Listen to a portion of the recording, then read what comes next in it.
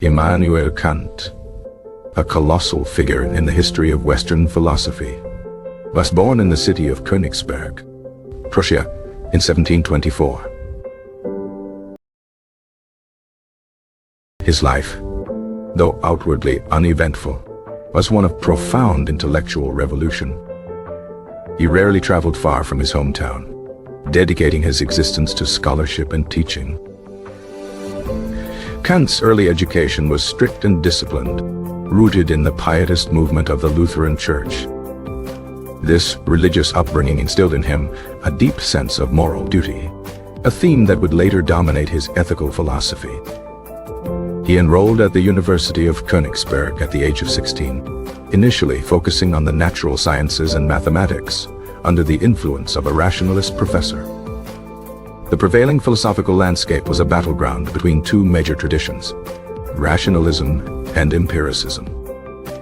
Rationalists, like René Descartes and Gottfried Leibniz, argued that reason was the primary source of all knowledge. They believed that by using pure logic, one could deduce fundamental truths about the world without relying on sensory experience. Empiricists, such as John Locke and David Hume, stood in stark opposition. They contended that all knowledge originates from sensory experience. The mind, they argued, is a blank slate at birth. David Hume, in particular, posed a radical challenge that awoke Kant from his dogmatic slumber. Hume questioned the very foundation of causality, arguing that we never truly perceive a necessary connection between events. We only observe a constant conjunction of events, from which our minds habitually infer a causal link. This skeptical conclusion threatened to undermine the entire enterprise of science, which relies on the principle of universal causation. Kant recognized the devastating power of Hume's argument and knew it could not be ignored. He set out on an ambitious project to reconcile the opposing views of rationalism and empiricism. This monumental undertaking would ultimately result in his masterwork, The Critique of Pure Reason, first published in 1781. The central question of the critique is, how are synthetic, a priori judgments possible? This question probes the very limits of human knowledge. Let's break down what this means. An analytic judgment is one where the predicate is already contained within the concept of the subject. Like all bachelors are unmarried. A synthetic judgment, on the other hand, adds new information, like the cat is on the mat. A priori knowledge is known independently of experience, while a posteriori knowledge is derived from experience. Rationalists championed a priori knowledge, while empiricists focused on a posteriori knowledge. Kant's genius was to propose the existence of synthetic a priori judgments, statements that are both informative and known independently of any particular experience. He argued that the principles of mathematics and the fundamental laws of physics are examples of this type of knowledge. For instance, 7 to the 5 cake 12 is synthetic because the concept of 12 is not contained within the concepts of 7, 5, and addition. Yet, it is known a priori. We don't need to conduct experiments to verify its truth. To explain how this is possible, Kant initiated what he called a Copernican revolution in philosophy. Just as Copernicus proposed that the Earth revolves around the sun, Kant proposed that the objects of our experience must conform to the structure of our minds. Instead of the mind being a passive recipient of sensory data, Kant argued it is an active participant in constructing our reality. He distinguished between the phenomenal world and the noumenal world. The phenomenal world is the world as it appears to us, shaped and structured by our cognitive faculties. The noumenal world is the world of things in themselves, as they exist independently of our perception, which remains forever unknowable to us. Our minds, according to Kant, are equipped with innate structures that organize the raw data of sensation.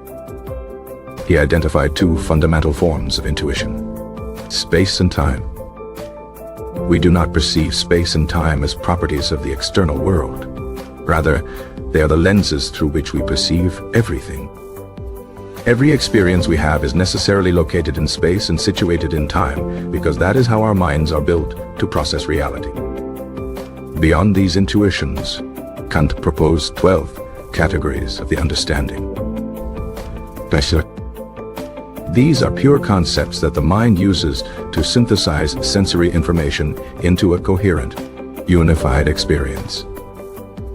The categories are grouped into 4 sets of 3: quantity, unity; plurality, totality; quality, reality; negation, limitation; relation, substance; causality, community; and modality, possibility, existence, necessity. The concept of causality, which Hume had attacked, was for Kant one of these indispensable categories. We don't derive the idea of cause and effect from experience. We impose it upon experience to make sense of the world. Without these categories, our sensory impressions would be nothing but a blooming, buzzing confusion, as William James would later put it. The transcendental deduction of the categories is the central and most difficult part of the critique. In it, Kant attempts to prove that these categories are not arbitrary, but are the necessary conditions for the very possibility of experience. He argues that to have a unified consciousness, a single I that persists through time, our experiences must be ordered according to these rules. This unity of consciousness, which he called the transcendental unity of apperception, requires the application of the categories to all sensory input. Therefore, the laws of nature that we discover are not just features of the external world, but are reflections of the laws of our own understanding. This is how science can be certain of its fundamental principles, a priori. However, this revolutionary framework also imposes strict limits on human reason. Our knowledge is confined to the phenomenal realm, the world of possible experience.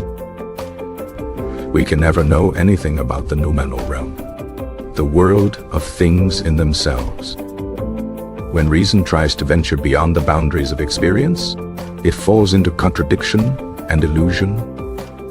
Kant called this misuse of reason transcendental illusion. He identified 3 primary ideas of reason: the soul, the world as a totality, and God. These are concepts that reason naturally forms in its quest for ultimate unity, but they do not correspond to any possible object of experience. For example, reason seeks a complete and unconditioned cause for all contingent events, leading it to the idea of God. It seeks an ultimate subject of all thoughts, leading to the idea of an immortal soul. It seeks a complete synthesis of all appearances, leading to the idea of the world as a finite or infinite whole.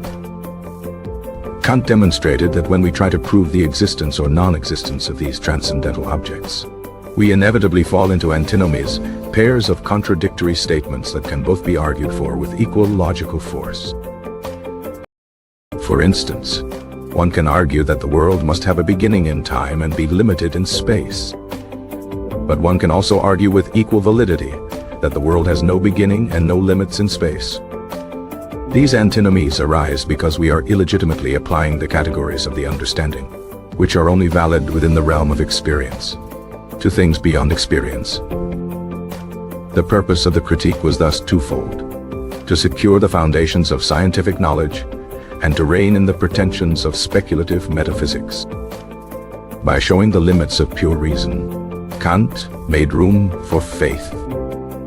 While we cannot prove the existence of God, freedom, or immortality through theoretical reason, these concepts could be essential postulates for morality. This idea would be further developed in his critique of practical reason. 9p. Critique of pure reason is a dense, complex, and notoriously difficult work. Its language is technical, and its arguments are layered and intricate. The first edition, in 1781, was met with confusion and misunderstanding by many of his contemporaries. In response, Kant published a second, heavily revised edition in 1787, hoping to clarify his positions. He also wrote the Prolegomena to any future metaphysics as a shorter, more accessible introduction to the main ideas of the Critique. Despite its difficulty, the impact of Kant's work was immediate and transformative. It reshaped the course of philosophy, giving rise to the movement of German idealism. Philosophers like Fichte, Schelling, and Hegel built upon Kant's foundations, though often in ways that Kant himself would have disavowed. His influence extended far beyond philosophy, impacting fields like art, literature, and political theory. The Romantic movement, with its emphasis on the creative power of the individual mind, drew inspiration from Kant's active conception of consciousness. His distinction between the phenomenal and noumenal has echoed through subsequent philosophical thought. The idea that our perception of reality is fundamentally shaped by our own cognitive structures has become a cornerstone of modern cognitive science. Kant's project was a grand synthesis, an attempt to map the architecture of the human mind itself. He sought to establish what we can know with certainty and to delineate the boundaries of that knowledge. He showed that while our minds structure our reality, they are also limited by that very structure. We are both the lawgivers of nature and prisoners within the confines of our own understanding. The world we inhabit is a world of our own making, a phenomenal reality constructed by the faculties of intuition and understanding.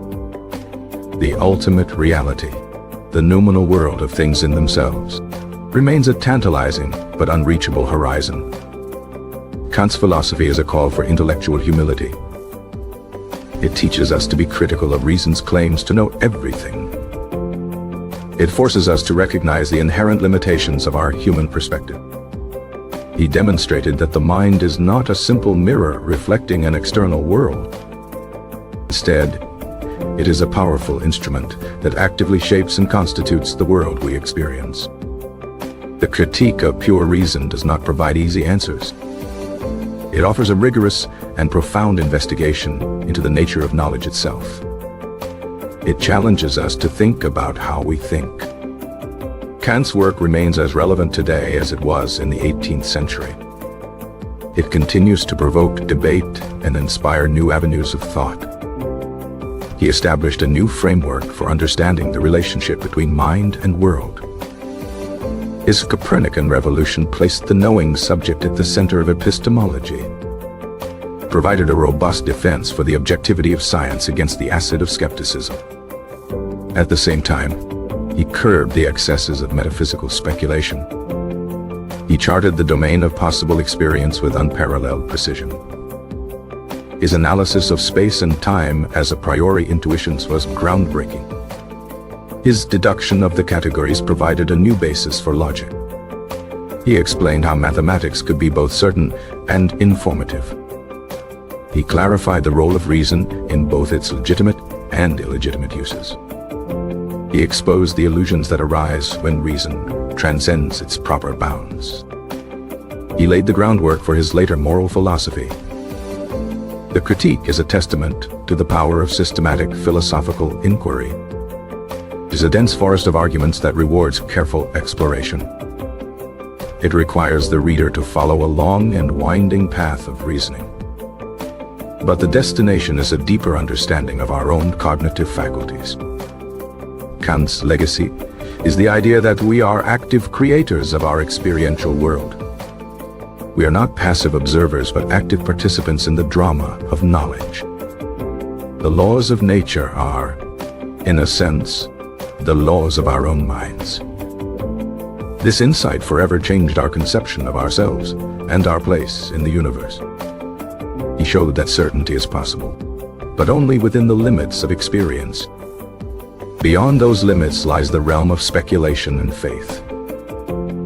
The Critique is a powerful defense of reason, but also a powerful critique of its overreach.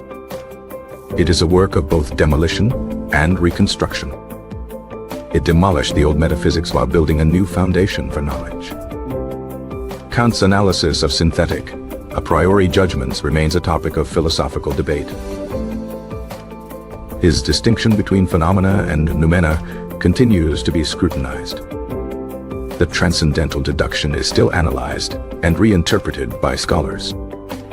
His system is a complex and interconnected whole. Each part of the critique supports and illuminates the others. Understanding Kant is a rite of passage for any serious student of philosophy. His work stands as a watershed moment in intellectual history. He bridged the gap between rationalism and empiricism in a novel way. He provided a new vocabulary for talking about knowledge. He introduced concepts like the transcendental and the antinomy. His influence on subsequent thinkers is immeasurable. He set the agenda for much of 19th and 20th century philosophy. His ideas are woven into the fabric of modern thought. He challenged us to understand the limits of our own reason. He taught us that the world we know is a world for us. The critique of pure reason is an enduring monument of human intellect. It is a book that continues to shape our understanding of knowledge and reality.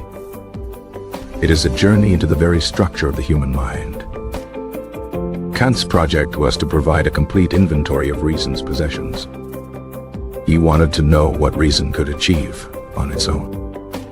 He concluded that reason's power is immense but not infinite. Its proper use leads to science and understanding. Its misuse leads to illusion and contradiction.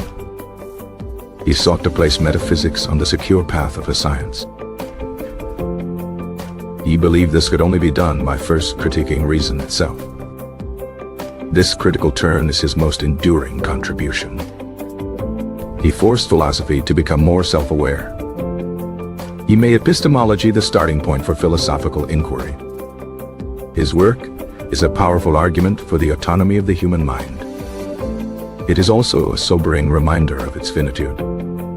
We are the architects of our phenomenal world, but the noumenal reality remains forever beyond our grasp. This dualism is at the heart of Kant's critical philosophy. It is a philosophy of limits, but also a philosophy of freedom. By limiting knowledge, he made room for morality and faith. This is the ultimate goal of his entire critical project. The critique is not just a theory of knowledge. It is a prolegomenon to a new way of living. It is a call to be both rational and humble. It is an invitation to explore the boundaries of our own minds. Kant's intellectual honesty is present on every page. He follows his arguments wherever they lead, without flinching. He grapples with the deepest and most difficult questions of human existence. His work is a testament to the enduring power of critical thinking. It remains a source of inspiration for all who seek to understand the world and our place within it. The shadow of Königsberg's greatest thinker still looms large over modern philosophy.